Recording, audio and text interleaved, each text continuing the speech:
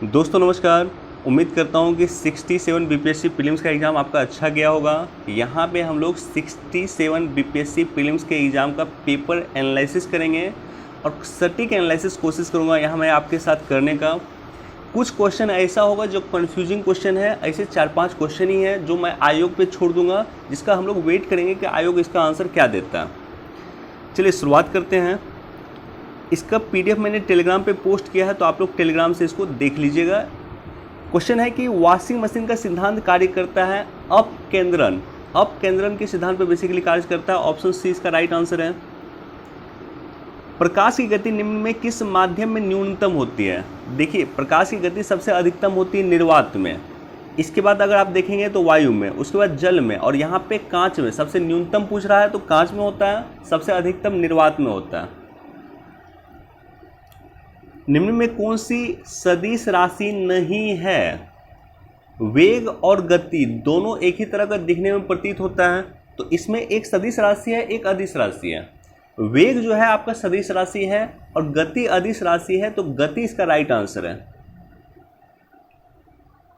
यदि धरती की घूमने की गति बढ़ा दी जाए तो भूमध्य रेखा का पिंड क्या हो जाएगा? पिंड घट जाएगा। जैसे ही धरती के घूमने की गति बढ़ाएंगे भूमध्य रेखा का पिंड घट जाएगा।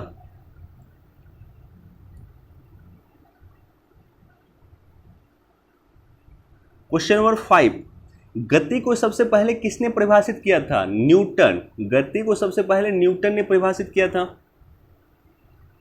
किस नियम के अनुसार समान ताप और दाब पे सभी गैस के निश्चित आयतन में अणुओं की संख्या समान होती है? तो इसको बोलते हैं एवोगाड्रो का नियम। ऑप्शन डी यहां पर राइट आंसर है। सापेक्षता का सिद्धांत किस वैज्ञानिक ने दिया था? काफी इंपॉर्टेंट क्वेश्चन है और इजी क्वेश्चन है, बीपीएससी पहले भी क्वेश्चन पूछ चुका है। आइंस्टीन। आइंस्टीन ने सापेक्षता का सिद्धांत दिया है।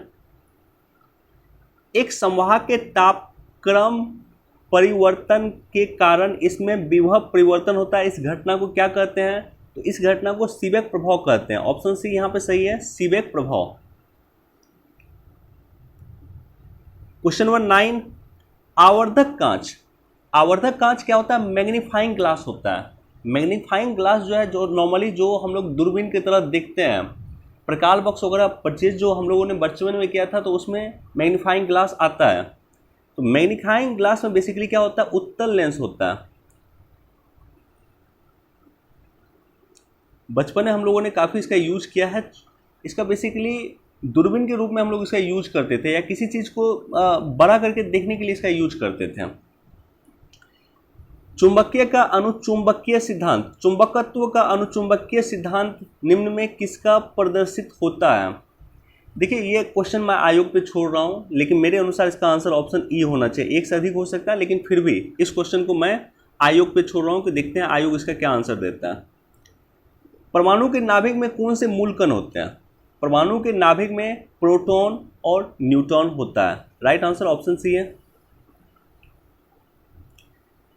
किसी धातु कर्म प्रक्रिया के अंतर्गत धातु के मिश्रित अवस्था में पाई जाती है को क्या कहते हैं? अगेन मैं इसको भी आयोग पे छोड़ रहा हूं कि आयोग इसका आंसर क्या देता है। राइट, तो इसको भी मैं आयोग पे छोड़ देता हूं। बाकी इसको आप लोग चेक कर लीजिएगा, अगर इसका राइट आंसर मिलेगा तो हमें कमेंट सेक्शन में आप लोग बताइएगा जरूर।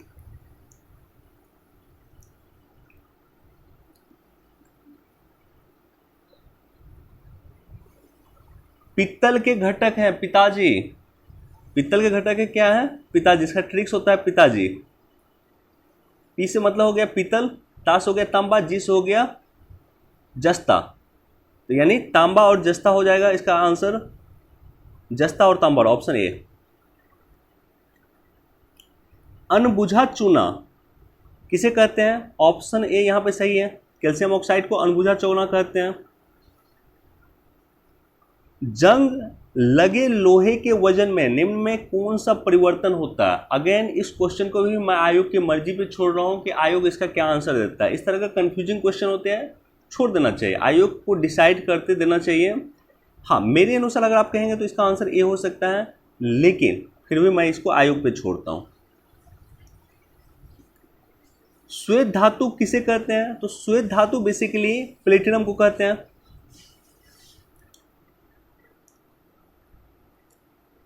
उत्कृष्ट धातुओं के संदर्भ में किसी वाक्य पे विचार कीजिए। तो उत्कृष्ट धातुएं प्रकृति में शुद्ध रूप से पाई जाती है, ये सही है। यूरेनियम एवं सीसा उत्कृष्ट धातुओं का उदाहरण है, ये गलत लग रहा है। तो इसका राइट आंसर ऑप्शन ए होना चाहिए। हाँ, ये क्वेश्चन भी मैं आयोग पे छोड़ता हूँ। कुछ इस तरह का क्वेश्चन है जो आयोग पे छोड़ देना चाहिए, आयोग के आंसर शीट का वेट करना चाहिए और देखना चाहिए कि आयोग इस पर क्या डिसीजन लेता है। लेकिन मेरे अनुसार इसका आंसर ऑप्शन ए होगा। क्वेश्चन नंबर 18, शुद्ध जल में नमक को घोलने से जल का क्वथनांक बढ़ जाता है और जल का हिमांक घट जाता है। दिखने में ये सही लग रहा है। जल में जब मिथाइल अल्कोहल डालते हैं तो ये जल का क्वथनांक घटा देता है, ये भी सही लग रहा है।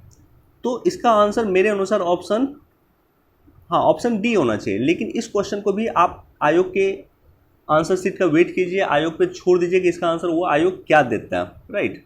लेकिन मेरे अनुसार ऑप्शन इसका डी आंसर होना चाहिए।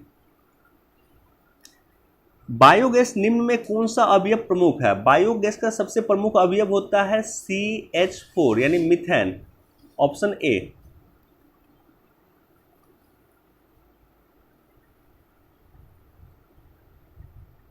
किस रसायन के कारण पटाखा फूटने में चमकदार लाल रंग दिखाई देता है? चमकदार लाल रंग दिखाई देता है पटाखा फोड़ते हैं, तो यह होता है स्ट्रोंशियम के कारण, ऑप्शन ए। लवण युक्त वातावरण में प्रेमी पौधे को क्या कहते हैं? तो इसको कहते हैं लवण मृदोभिद, ऑप्शन डी इसको कहते हैं। हेलोफाइटा कहते हैं बेसिकली अंग्रेजी में। कवक पौधे में नहीं पाया जाता है, कवक पौधे में बेसिकली क्लोरोफिल नहीं पाया जाता, पर्णहरित नहीं पाया जाता है, ऑप्शन सी। परागकण की सुपरिभाषा है, यानी परागकण किसको परिभाषित करता है? तो परागकण का पराग केसर से क्लोम छिद्र तक स्थानांतरित होने की प्रक्रिया, ऑप्शन ए इसको राइट आंसर है। इस तरह के क्वेश्चन जो साइंस का क्वेश्चन होता है, इसको इंग्लिश में अगर आप पढ़िएगा तो वो आपके लिए आसान हो जाता है। हिंदी में पढ़ के क्वेश्चन को सॉल्व करना काफ़ी टफ होता है, और विशेष रूप से साइंस का। यूपीएससी में भी ये चीज़ मैं देख रहा हूँ और बीपीएससी में मैं ये चीज़ें देख रहा हूँ कि हिंदी को पढ़ के साइंस के क्वेश्चन को बनाना टफ हो रहा है। पौधे अपना पोषक तत्व मुख्यतः किससे प्राप्त करते हैं? तो पौधे बेसिकली अपना पोषक तत्व मुख्य रूप से मृदा से प्राप्त करते हैं। पाइन, फर, स्प्रूस, सेडास, लार्स, साइप्रस आदि जो है लकड़ी है, ये किस तरह के पौधे के हैं? तो ये अनावृत बीजी होता है, ऑप्शन बी इसका सही आंसर है। अनावृत बीजी पौधा है ये सब। कौन सा जोड़ा सही सुमेलित है? तो सही सुमेलित जो जोड़ा है वो मलेरिया है। मलेरिया के बारे में हमने कई बार डिस्कस किया था कि मलेरिया की जो दवा है क्लोरोक्विन, ये इसका सही आंसर है। मलेरिया की दवा क्लोरोक्विन विशेष रूप से कोरोना के समय में ये काफ़ी चर्चा में रहा था। कोरोना के सब्स्टिट्यूट के रूप में इनिशियली इस दवा का प्रयोग लोग कर रहे थे।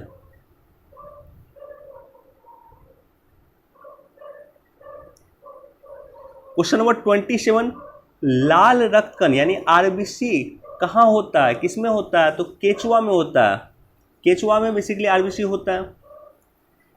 कार्बोहाइड्रेट के अपघटन उपरांत अंतिम रूप से क्या बनता है? यानी कार्बोहाइड्रेट का जो अपघटन होगा उसके बाद अंतिम उत्पाद फाइनल प्रोडक्ट क्या होता है? तो ये फाइनल प्रोडक्ट होता है ग्लूकोज।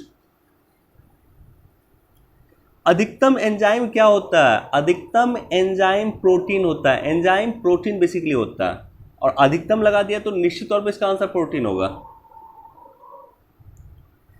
किस वैज्ञानिक ने पहली बार टीकाकरण की शुरुआत किया था? तो टीकाकरण की शुरुआत किया था एडवर्ड जेनर। एडवर्ड जेनर ने टीकाकरण की शुरुआत किया था। क्वेश्चन नंबर 31 इजी क्वेश्चन है। 31 जुलाई 2022 को किस देश के पूर्व प्रधानमंत्री शिंजो आबे की चुनावी रैली के दौरान इनकी हत्या कर दिया गया था? और शिंजो आबे कहाँ के हैं? जापान के हैं। संयुक्त राष्ट्र महासभा के बहुभाषावाद पे एक भारत प्रायोजित प्रस्ताव अपनाया है जिसमें पहली बार किसी भाषा का उल्लेख किया गया, तो ये हिंदी भाषा है। हिंदी भाषा का उल्लेख किया गया। राइट आंसर ऑप्शन डी है, हिंदी भाषा।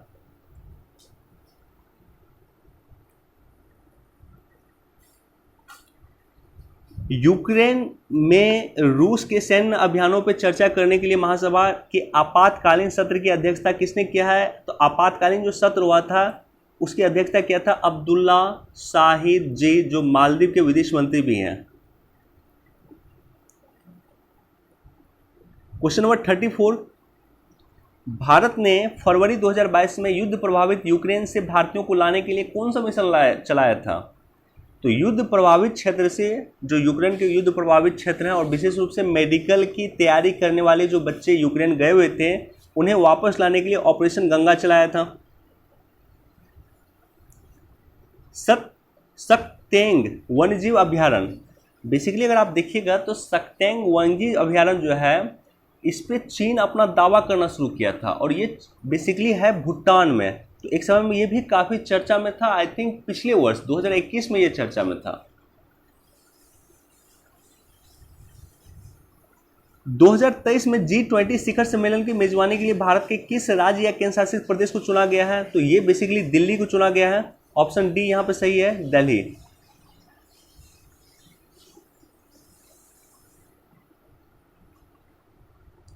क्वेश्चन नंबर 37 क्वेश्चन जो है, इसको भी मैं आयोग की मर्जी पे छोड़ता हूं कि आयोग इसका क्या आंसर देगा।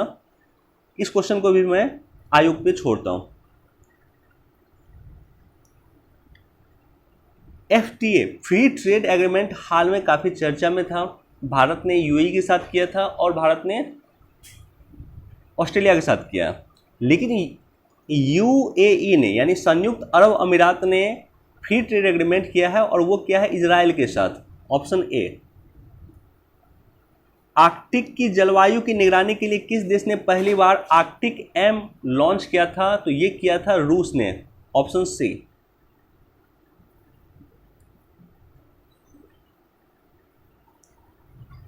T20 इंटरनेशनल में 3000 रन पार करने वाले प्रथम खिलाड़ी कौन बने हैं? तो ये बने हैं विराट कोहली। कोविड-19 टीकाकरण की पूर्णता को सुनिश्चित करने के लिए शुरू किए गए अभियान का नाम क्या है? हर घर दस्तक अभियान 2.0। 30 जून 2022 के बाद महाराष्ट्र के नए मुख्यमंत्री कौन बनाए गए हैं? एकनाथ शिंदे जी वर्तमान में महाराष्ट्र के नए मुख्यमंत्री हैं। भारत के 75वें स्वतंत्रता दिवस के अवसर पे किसने हर घर तिरंगा अभियान शुरू किया? तो बेसिकली केंद्र सरकार की संस्कृति मंत्रालय ने इसे शुरू किया है। और चूंकि यहाँ पे ऑप्शन केंद्र सरकार दिया हुआ है, संस्कृति मंत्रालय भी केंद्र सरकार का ही एक पार्ट है, तो इसका राइट आंसर ऑप्शन डी होना चाहिए। केंद्र की नई शिक्षा नीति को लागू करने की प्रक्रिया शुरू करने वाला देश का पहला राज्य, तो ये देश का जो पहला राज्य है वो है उत्तराखंड। Option A. अब देखिए यहाँ पे मैच करना। पश्चिम बंगाल के राज्यपाल वर्तमान में सतपाल मलिक नहीं है, तो तीसरा ऑप्शन गलत है। राजस्थान के कलराज मिश्र हैं, उत्तर प्रदेश के आनंदीबेन पटेल हैं, तो तीसरा गलत है और पहला दूसरा सही है। तीसरा गलत है, पहला दूसरा सही है। राइट आंसर ऑप्शन ए हो जाएगा।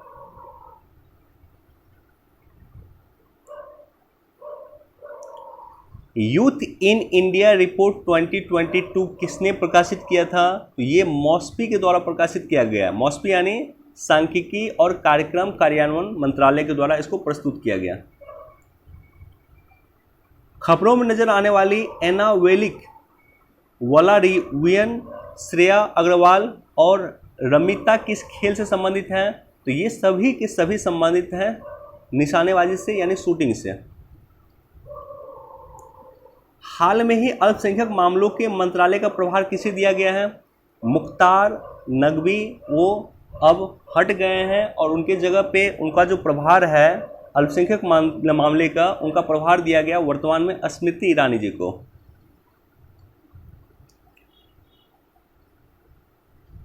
भारत के 15वें राष्ट्रपति चुनाव के लिए संयुक्त यूपीए के उम्मीदवार कौन थे? तो यूपीए के उम्मीदवार कौन थे? यशवंत सिन्हा जी यूपीए के उम्मीदवार थे। टॉम ऑफ सैंड ये काफ़ी चर्चा में रहा था। टॉम ऑफ सैंड यानी रेत समाधि, और ये किताब लिखे हैं गीतांजलि श्री ने। मैन बुकर पुरस्कार इनको मिला था, इसलिए काफ़ी चर्चा में था टॉम ऑफ सैंड। बिहार से किसे 2022 में दादा साहेब फाल्के भारतीय टेलीविजन पुरस्कार दिया गया है? तो बिहार से बेसिकली दीप श्रेष्ठ जी को दादा साहेब फाल्के भारतीय टेलीविजन पुरस्कार दिया गया।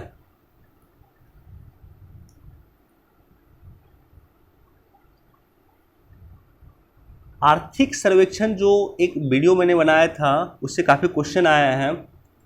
तो बिहार के आर्थिक सर्वेक्षण 2021-22 के अनुसार वर्तमान में राज्य में शहरीकरण का प्रतिशत कितना है? तो ये बढ़ गया, पहले 11.3% था, अब 15.3% हो चुका है।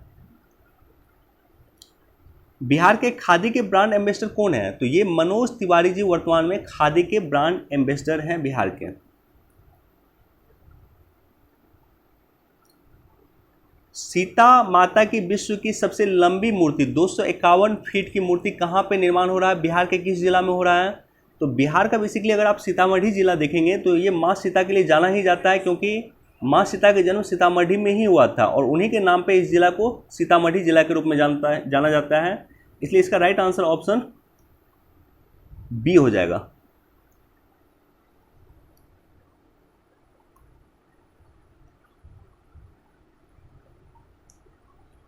क्वेश्चन नंबर 55, अब देखिए इसको मैच करना है। बिहार के राज्यपाल कौन है? फागू चौहान जी हैं। बिहार के मुख्य न्यायाधीश कौन है?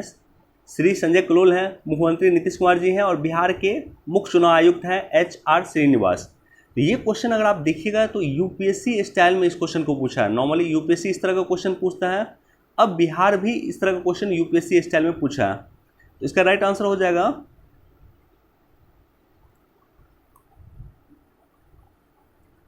4-3, ऑप्शन सी इसका राइट आंसर हो जाएगा।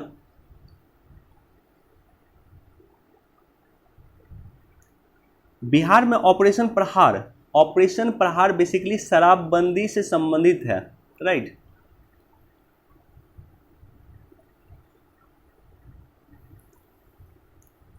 क्वेश्चन नंबर 57, बिहार के ऋतिक आनंद ने ब्राजील में आयोजित 24th summer def badminton Olympic में कौन सा पदक जीता है? तो ये स्वर्ण पदक जीता है। राइट आंसर ऑप्शन ए है, स्वर्ण पदक इन्होंने जीता है। बिहार में किस स्थान पे उत्तर भारत का पहला बर्ड रिंगिंग सेंटर है? तो बिहार के भागलपुर में उत्तर भारत का पहला बर्ड रिंगिंग सेंटर का निर्माण किया गया है। गिद्ध कंजर्वेशन सेंटर की निर्माण कहाँ पे हुआ है? तो गिद्ध कंजर्वेशन सेंटर का निर्माण वाल्मीकि टाइगर रिजर्व में किया गया। सुनंदिनी कार्यक्रम किससे संबंधित है? तो बेसिकली ये आंगनबाड़ी कार्यकर्ता से संबंधित है। प्रथम बौद्ध महासभा कहाँ आयोजित हुआ? प्रथम बौद्ध महासभा का आयोजन, इजी क्वेश्चन है, ये राजगीर में हुआ था। किस गुप्त शासक ने अपने बड़े भाई की हत्या कर सत्ता प्राप्त किया? चंद्रगुप्त द्वितीय ने। चंद्रगुप्त द्वितीय ने अपने बड़े भाई की हत्या करके सत्ता को प्राप्त किया था। वर्धन वंश की स्थापना किसने किया? वर्धन वंश को पुष्यभूति वंश भी कहा जाता है, क्योंकि इसके पहले शासक थे पुष्यभूति।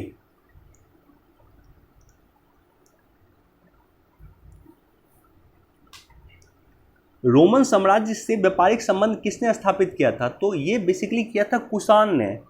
कुषाण के समय में ही सिल्क रोड बना था और बेसिकली सिल्क रोड के माध्यम से कुषाण रोमन साम्राज्य से भी व्यापारिक संबंध स्थापित किए थे। इसका right answer option A Kushan होना चाहिए।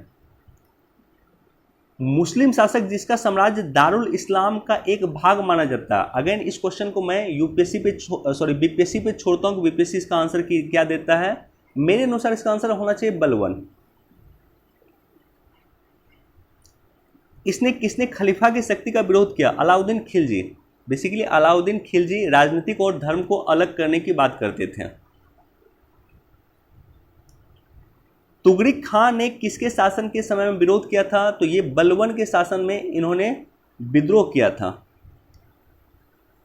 सर्वप्रथम किस मुगल शासक ने ब्रिटिश के विरुद्ध संघर्ष किया? आई थिंक औरंगजेब ने किया था। इसका आंसर ऑप्शन बी है, औरंगजेब है। इन्होंने ब्रिटिश के विरुद्ध सबसे पहले विद्रोह किया था। अब देखिए लॉर्ड विलियम बेंटिंग को अगर आप देखिएगा तो लॉर्ड विलियम बेंटिंग ने सती प्रथा का उन्मूलन किया, सही है, लेकिन दास प्रथा का उन्मूलन नहीं किया। दास प्रथा संबंधित है आई थिंक एलन ब्रो से संबंधित है। 1843 में दास प्रथा का उन्मूलन हुआ, तो 2 नहीं होगा। अगर आपको पता है कि दो गलत है ये आपको पता है, तो ए होगा नहीं, सी होगा नहीं, डी होगा नहीं, ऑप्शन बी इसका राइट आंसर हो जाएगा।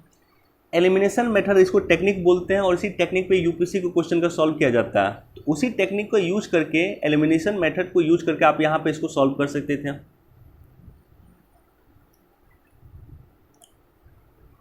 क्वेश्चन नंबर 70, सिंध विजय किसने किया था? Charles Napier. चार्ल्स नेपियर थे, ऑप्शन सी सही आंसर है। भारत में प्रथम जनगणना किस वर्ष हुआ था? 1872 ईस्वी में प्रथम जनगणना लॉर्ड मेयो के कार्यकाल में हुआ था। सुखदेव, भगत सिंह और राजगुरु को फांसी कब दिया गया? 23 मार्च 1931 को।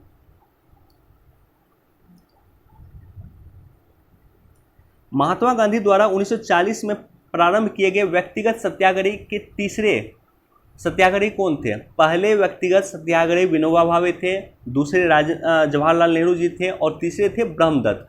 तो यहाँ पर तीसरा पूछा है तो right answer option D Brahmadatta हो जाएगा। भारत छोड़ो आंदोलन के दौरान खुफिया रेडियो किसने प्रारंभ किया था? तो उषा मेहता ने किया था, ऑप्शन ए। मगध शासक बिंबिसार का चिकित्सक कौन था? तो बिंबिसार के चिकित्सक थे जीवक। जीवक बिंबिसार के चिकित्सक थे।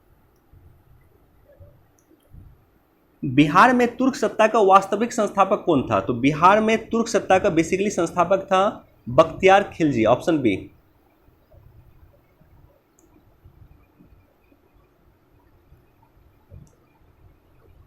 बिहार के प्रथम भारतीय गवर्नर कौन थे? बिहार के प्रथम भारतीय गवर्नर सत्येंद्र प्रसन्न सिन्हा थे, ऑप्शन ए इसका राइट आंसर है। सत्येंद्र प्रसन्न सिन्हा बिहार के पहले भारतीय गवर्नर थे। संथाल विद्रोह के नेता, ये काफी क्वेश्चन चर्चा में रहता है, मेंस में अक्सर क्वेश्चन पूछा जाता है संथाल विद्रोह, तो इसके नेता सिद्धू और कान्हू थे। बिहार में चौरी विद्रोह किस वर्ष हुआ था? अगेन ये क्वेश्चन भी मैं बीपीएससी पे छोड़ता हूं कि बीपीएससी इसका आंसर क्या देता है। किस वर्ष उड़ीसा को बिहार से पृथक किया गया? 1936 में उड़ीसा को बिहार से पृथक किया गया था। सौर मंडल का प्रधान आकाशीय पिंड कौन सा होता है? सौर मंडल का सबसे प्रधान आकाशीय पिंड क्या है? वो सूर्य है, ऑप्शन डी। पृथ्वी की आंतरिक परत निफे का निर्माण होता है निकल और फेरस से, तो राइट आंसर इसका ऑप्शन डी होना चाहिए। भौगोलिक अपर्दन चक्र की संकल्पना किसने दिया था? तो भौगोलिक अपर्दन चक्र की संकल्पना जो दिया था वो दिया था W.M. डेविस ने, ऑप्शन बी। गरजने वाला चालीसा, उसके बाद 50सा, ये सब जो है बेसिकली दक्षिण गोलार्ध में ये सब पाया जाता है, दक्षिणी गोलार्ध में पाया जाता है। क्यों दक्षिणी गोलार्ध में पाया जाता है? क्योंकि दक्षिणी गोलार्ध में जो है भूमि का क्षेत्र काफी कम होता है उत्तरी के कंपेयर, तो ये सारा का सारा चीज आपको दक्षिणी गोलार्ध में मिल जाएगा।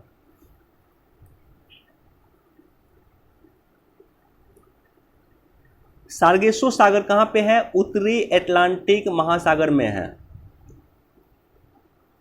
भारत और चीन के बीच में सीमा रेखा को क्या कहते हैं? मैकमोहन रेखा, इजी क्वेश्चन है। राजस्थान बहुत कम वर्षा होती है, क्योंकि राजस्थान में बहुत कम वर्षा होता है, इसका दो रीजन हो सकता है। एक तो ये रीजन हो सकता है, ऑप्शन डी हो सकता है, और एक हो सकता है मानसून पहुंचने में यहाँ असफल होता है, दोनों हो सकता है। इसका आंसर ऑप्शन ई भी हो सकता है, या हो सकता है ऑप्शन डी माने। अगेन इस क्वेश्चन को मैं आयोग की मर्जी पे छोड़ता हूं कि आयोग इसका आंसर की क्या देता है। क्वेश्चन नंबर 88, भारत में बाघ परियोजना 1973 में शुरू हुआ था, ये सही है। वर्ष 2022 में राष्ट्रीय जैव प्रौद्योगिकी दिवस मनाया गया, जिसकी विषय वस्तु सभी जीव के लिए एक साझा भविष्य का निर्माण करना, ये भी सही है। बाघ परियोजना बाघों को संरक्षित करने का एक कार्यक्रम है, ये भी सही है। इसका राइट आंसर ऑप्शन डी है। करेवा किस प्रकार की खेती के लिए प्रसिद्ध है? करेवा बेसिकली केसर की खेती के लिए प्रसिद्ध होता है। भारत में कौन सा राज्य थोरियम उत्पादन में अग्रणी है? थोरियम के उत्पादन में सबसे अग्रणी राज्य होता है केरल।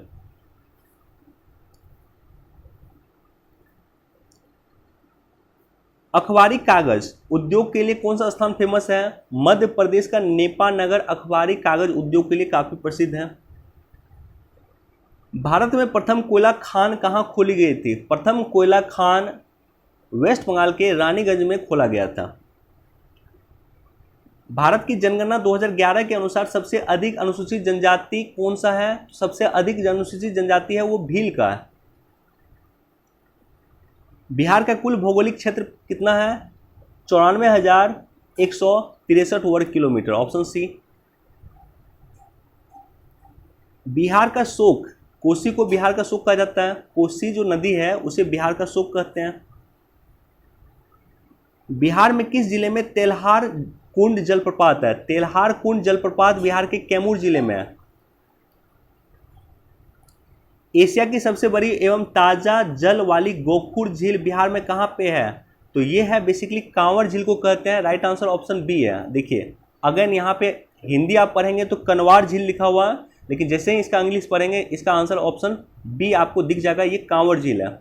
तो इसलिए कहा जाता है कि हिंदी और इंग्लिश में अगर आपको कन्फ्यूजन हो तो नॉर्मली इंग्लिश को दिखाना चाहिए। ये आयोग भी कहता है कि अगर आपको हिंदी और अंग्रेजी में कन्फ्यूजन हो तो आपको अंग्रेजी देखना चाहिए, अंग्रेजी क्वेश्चन देखना चाहिए। इसका राइट आंसर ऑप्शन बी है, कनवार झील या कांवर झील।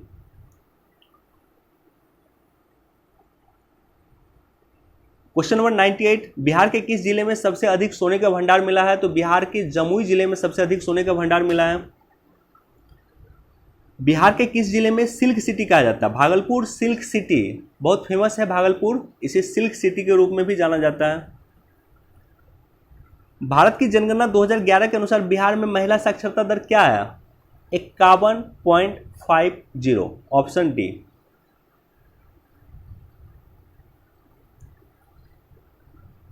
दो 2022 के भारत के 16वें राष्ट्रपति के चुनाव के लिए निर्वाचक मंडल की संख्या कितनी है? तो निर्वाचक मंडल की टोटल संख्या 788 है। लोकसभा और राज्यसभा दोनों के सांसद को मिलाइएगा तो 788 होता है।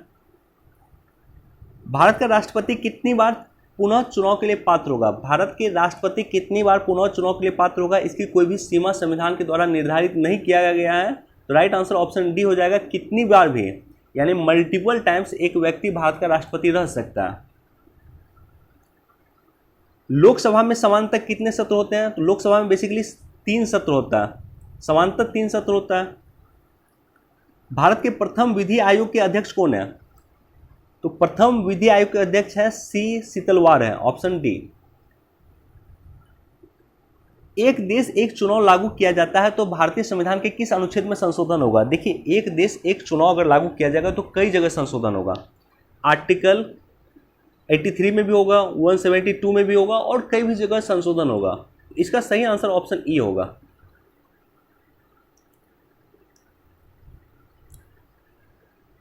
क्वेश्चन नंबर 106, पंचायती राज व्यवस्था नहीं है, ये मिजोरम में भी नहीं है, मेघालय में भी नहीं है, आई थिंक नागालैंड में भी नहीं है। इसका राइट आंसर ऑप्शन ई होगा। प्रत्येक राज्य में लोकसभा की सीटों का निर्धारण परिसीमन आयोग के द्वारा किया गया है। इस परिसीमन को किस वर्ष तक के लिए रोका गया? ये परिसीमन बेसिकली 2026 तक के लिए रोका गया। सर्वोच्च न्यायालय क्या है? एक संघीय न्यायालय भी है, संविधान का अंतिम विवेचक भी है। तो अगेन मल्टीपल आंसर सही हो रहा है, राइट आंसर ऑप्शन ई होगा। पंचायतों की वित्तीय स्थिति की समीक्षा के लिए राज्य सरकार प्रत्येक 5 वर्ष में क्या गठित करती है? राज्य सरकार राज्य वित्त आयोग का गठन करती है, राज्य वित्त आयोग, ऑप्शन ए। सामुदायिक विकास का उद्देश्य क्या होता है? सामुदायिक विकास का उद्देश्य कई सारा हो सकता है, तो राइट आंसर इसका ऑप्शन ई होना चाहिए।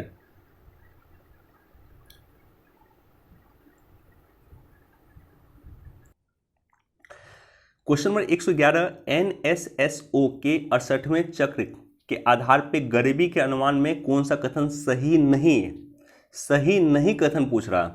देखिए 68वें चक्र जो हुआ था बेसिकली 2013 के आसपास हुआ था और इसी समय में गरीबी जो बेसिकली माना गया था भारत में, गरीबी से नीचे का प्रतिशत यानी बिलो द पॉवर्टी लाइन प्रतिशत वो 21.9% माना गया था। इसका राइट आंसर ऑप्शन डी है, क्योंकि यही स्टेटमेंट गलत मुझे दिख रहा है यहाँ पे। क्वेश्चन नंबर 112, ये क्वेश्चन बीपीएससी ने मेंस में पूछा था, 65वीं बीपीएससी के मेंस में क्वेश्चन पूछा गया था। सूक्ष्म उद्यम जो होता है को आंशिक रूप से क्या परिभाषित करते हैं या किस रूप में इसको परिभाषित किया जा सकता है? एक सेकेंड।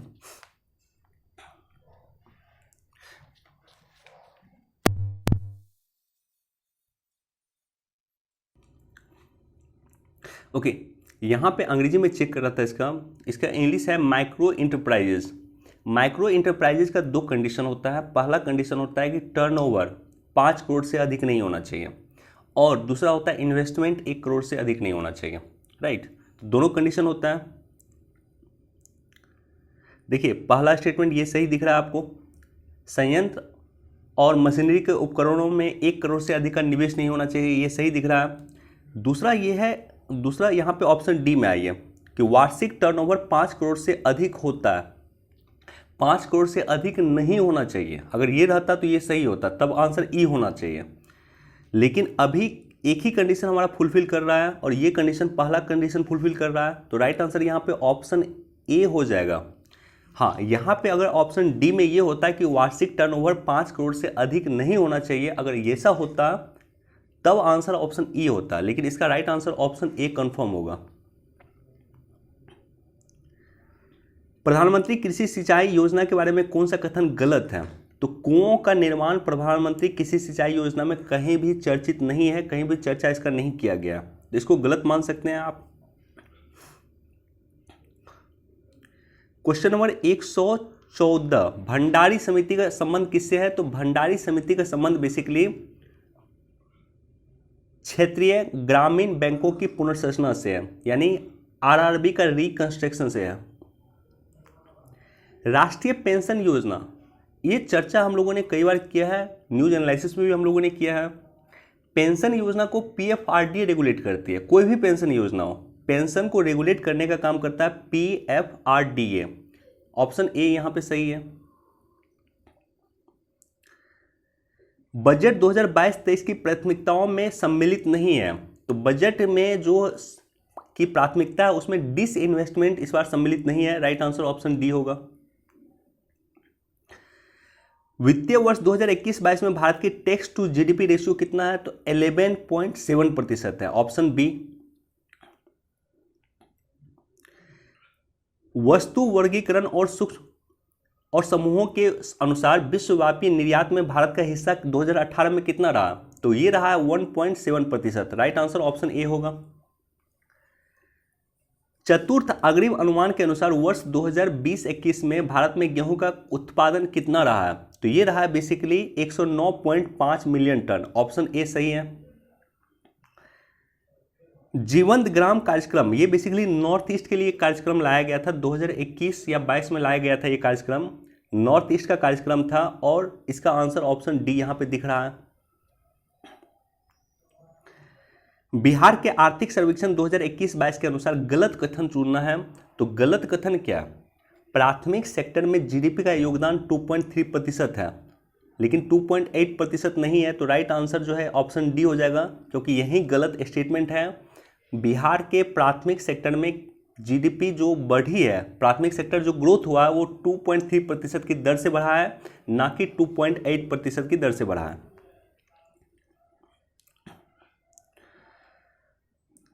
शहरीकरण, सबसे अधिक शहरीकरण पटना में है, तो यहाँ पे पटना आपको यहाँ भी दिख रहा है और यहाँ भी दिख रहा है। सेकंड पोजीशन पे मुंगेर आता है और तीसरे पे नालंदा आता है, तो राइट आंसर ऑप्शन ए है। वित्तीय वर्ष 2022-23 के लिए राजकोषीय घाटा बिहार में कितना रहने का अनुमान है? तो 3.47 जीडीपी का, बिहार की स्थिर जीडीपी का 3.47 राजकोषीय घाटा रहेगा। 7 निश्चय 2 भाग 2 में कौन सा नहीं है? 7 निश्चय भाग 2 में सभी के लिए वायु मार्ग नहीं है। प्रति व्यक्ति आय के अनुसार अवरोही क्रम में सजाना है, तो देखिए प्रति व्यक्ति आय हमारे बिहार में सबसे कम किसका है? तो सबसे कम है शिवहर का, तो यहाँ पे शिवहर एक ही ऑप्शन में आपको दिख रहा है, तो यहाँ पे राइट आंसर ऑप्शन ए होगा। सीमांत गांधी किसे कहते हैं? खान अब्दुल गफ्फार खान को सीमांत गांधी के रूप में जाना जाता है। झांसी की रानी लक्ष्मीबाई की मृत्यु कहाँ हुई है? तो आई थिंक इसका मृत्यु हुआ ग्वालियर में, ऑप्शन सी। बंगाल विभाजन के विषय में किसने कहा था कि विभाजन हमारे ऊपर एक बम की तरह गिरा है? इसका आंसर मेरे अनुसार सुरेंद्र नाथ बनर्जी होना चाहिए, लेकिन इसका भी आप लोग क्रॉस चेक कर लीजिएगा इसे भी, लेकिन मेरे अनुसार सुरेंद्र नाथ बनर्जी होना चाहिए। सरदार उधम सिंह को किसने मारा? इस पर काफी लोगों ने इसको गलत मारा है। जनरल डायर और माइकल ओ डायर के बीच में कंफ्यूजन हुआ है। राइट आंसर इसका ऑप्शन सी है, Michael O'Dwyer.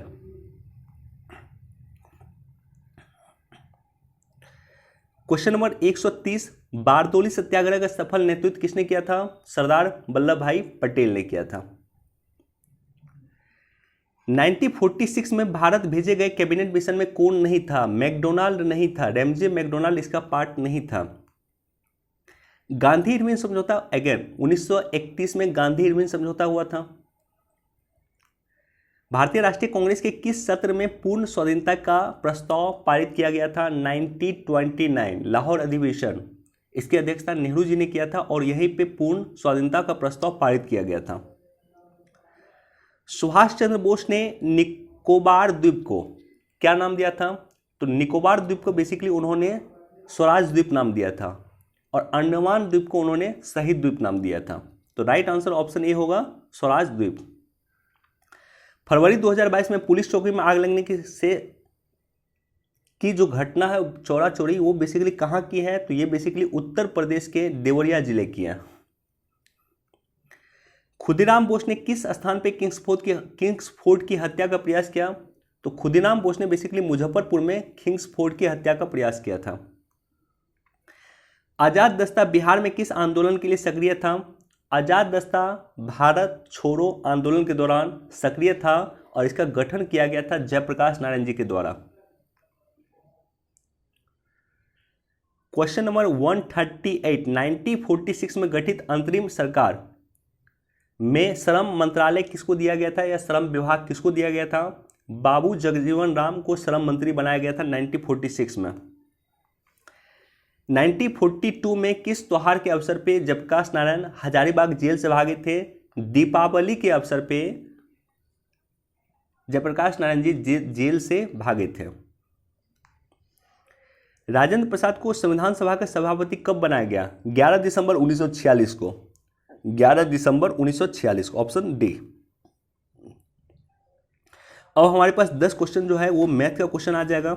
Question number 141 का आंसर ऑप्शन डी होगा, ऑप्शन सी होगा, 240 प्रति दर्जन। 142 का आंसर हो जाएगा ऑप्शन बी यानी 52 सेंटीमीटर। 153 का आंसर होगा ऑप्शन सी 12 सेकेंड। 144 का आंसर हो जाएगा ऑप्शन बी हो जाएगा। 145 का आंसर हो जाएगा ऑप्शन सी।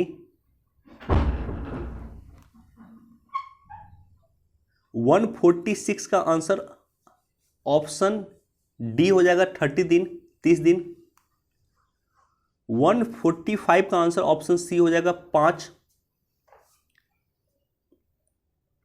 148 का आंसर हो जाएगा 60 और 40। मैं इसे सॉल्व नहीं कर रहा हूं, सिर्फ आंसर दे रहा हूं, आप लोग इसे सॉल्व कर लीजिएगा।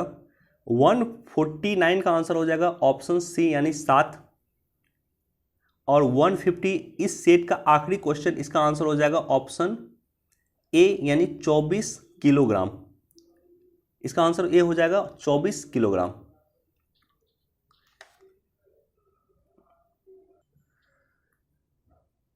क्वेश्चन नंबर 150 का आंसर 24 नहीं, इसका आंसर होगा 28 किलोग्राम। इसका आंसर हो जाएगा ऑप्शन बी 28 किलोग्राम।